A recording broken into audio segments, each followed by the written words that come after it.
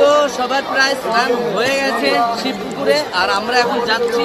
ভেবেছিলাম সন্ন্যাস আর সন্ন্যাসিনীদের কাছ থেকে 2 টাকা করে নেব, বিজনেসটা ভালো হতো, জিলাপি খেয়ে বাড়ি যেতে পারতাম।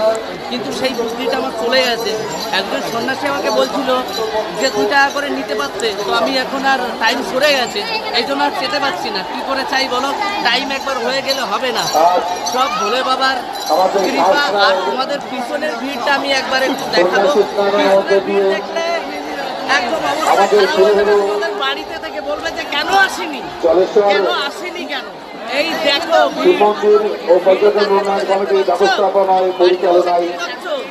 বলে বাবা ডাকছে, আসো। মাকে রেখে তাই চলেছে, বলে বাবা পার করেগা। পার তো আমাকে করেই রেখেছে আমার মা।